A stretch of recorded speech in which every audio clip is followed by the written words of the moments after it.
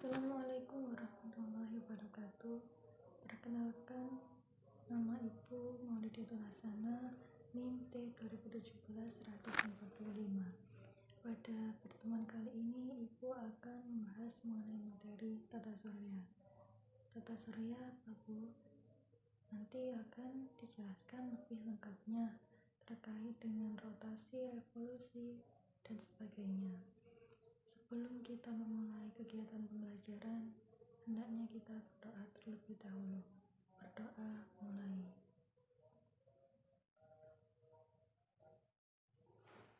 Berdoa selesai. Apakah anak-anak sudah siap untuk belajar? Siap? Semoga tetap semangat ya. Mari kita belajar bersama-sama mengenai kajian IPA yang pada dasarnya ada di lingkungan sehari-hari. Kemudian Ibu akan menjelaskan mengenai proses pembelajaran atau kegiatan inti pembelajaran dari tata surya. Monggo disimak dan dipahami anak-anak. Baik, kita akan mempelajari mengenai tata surya. Tata surya itu apa, Bu? Tata surya merupakan komponen yang di dalamnya meliputi matahari sebagai pusat tata surya, ada planet-planet ya, ada meteoroid, ada asteroid, ada komet ya. Bisa dianalogikan seperti benda-benda ini ya. Karena tata surya itu berupa pengamatan dan kepercayaan. Kalau kita mengamati berarti menggunakan indera jika dalam tubuh kita. Bisa dicontohkan seperti itu. Jika di luar angkasa biasanya kan ada penelitian-penelitian yang menyelaraskan bagaimana perkembangan ilmu pengetahuan. Yang pertama kita akan bahas mengenai matahari sebagai pusat tata surya. Matahari merupakan sebuah bintang yang berbentuk bola gas. Matahari ini panas. Matahari ini mempunyai lapisan yaitu 4. Yang pertama inti, fotosfer, kromosfer, dan korona. Jika di inti itu energi diradiasikan ke bagian luarnya.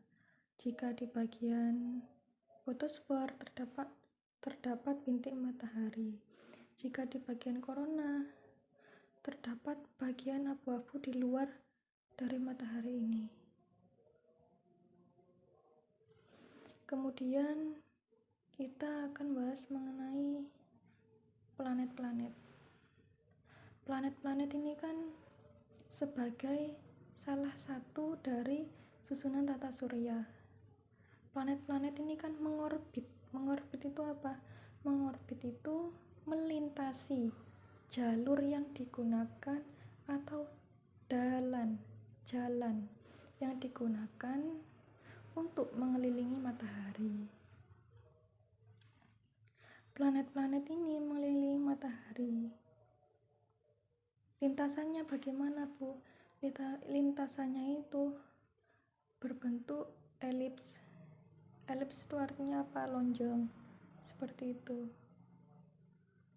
Kemudian kita kan di planet bumi.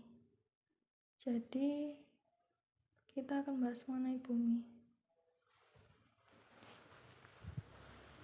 Mengapa kok planet-planet yang dapat dihuni merupakan planet bumi, bukan planet yang lain? Karena di bumi terdapat berbagai macam makhluk hidup, tumbuhan yang dapat menyokong kehidupan manusia seperti air, tanaman. Jika di planet lain masih belum tentu. Contohnya jika kita melihat di bulan itu permukaannya itu tandus. kata andus kan tidak dapat ditanami pepohonan, maka tidak akan menghasilkan buah. Maka makhluk hidup yang tinggal di sana tidak bisa memulai proses kehidupan atau siklus kehidupan. Kurang lebih seperti itu. Kemudian di sini ada benda langit. Benda-benda langit itu ini ada meteoroid. Meteoroid ini jika masuk ke bumi, ke sini ya, nanti di bumi ini akan dihalau pada lapisan atmosfer. Lapisan atmosfer kita minggu yang lalu telah mempelajari ya, bahwa ada lapisan tertentu yang dapat menghalau benda langit untuk masuk ke bumi sehingga bumi terjaga. Jadi lapisan itu akan menghancurkan atau membentuk keping-kepingan kecil sehingga yang masuk ke bumi ini cuma kecil bagiannya, sedikit. Kemudian ada asteroid. Asteroid ini sama, intinya benda langit juga. Komet. Komet ini dalam bahasa Yunani artinya rambut panjang, yang merupakan benda langit. Susunannya juga ada. Kemudian kita akan membahas mengenai bumi. Bumi ini kan bergerak melintasi matahari. Karena bergerak berarti kan berpindah posisi, ya kan?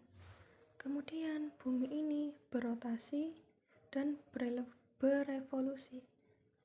Berotasi, maka bumi mengelilingi dirinya sendiri.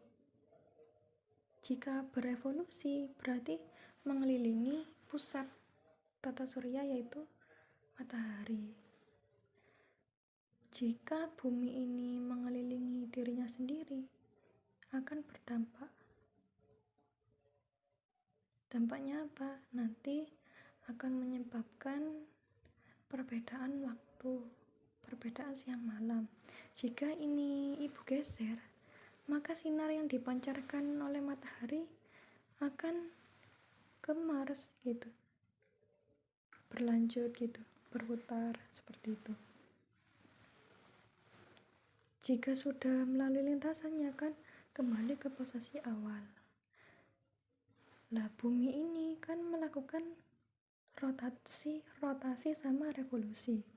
Jika rotasi ini maka perputaran bumi dalam kurun 1 hari atau dalam waktu 24 jam atau 23 jam lebih atau 24 jam kurang 4 menit.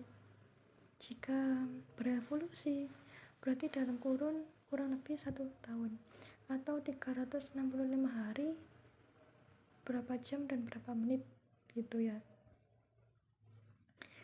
Berevolusi juga berdampak terhadap apa-apa yang ada di bumi seperti perubahan musim.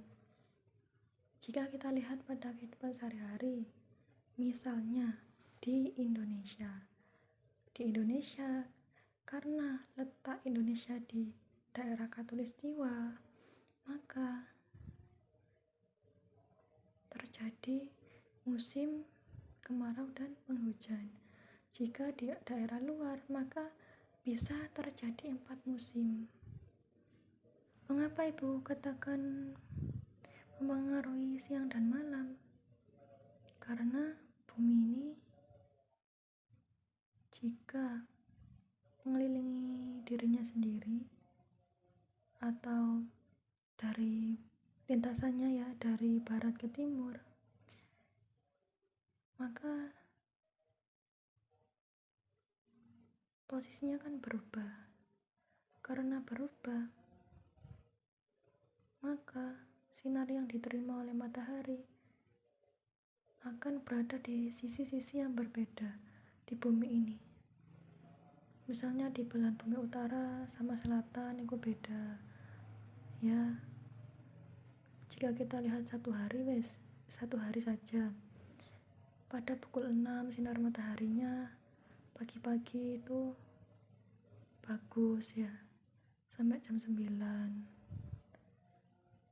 Kemudian kalau siang panas, kalau sore mulai redup, kemudian malam gelap ya.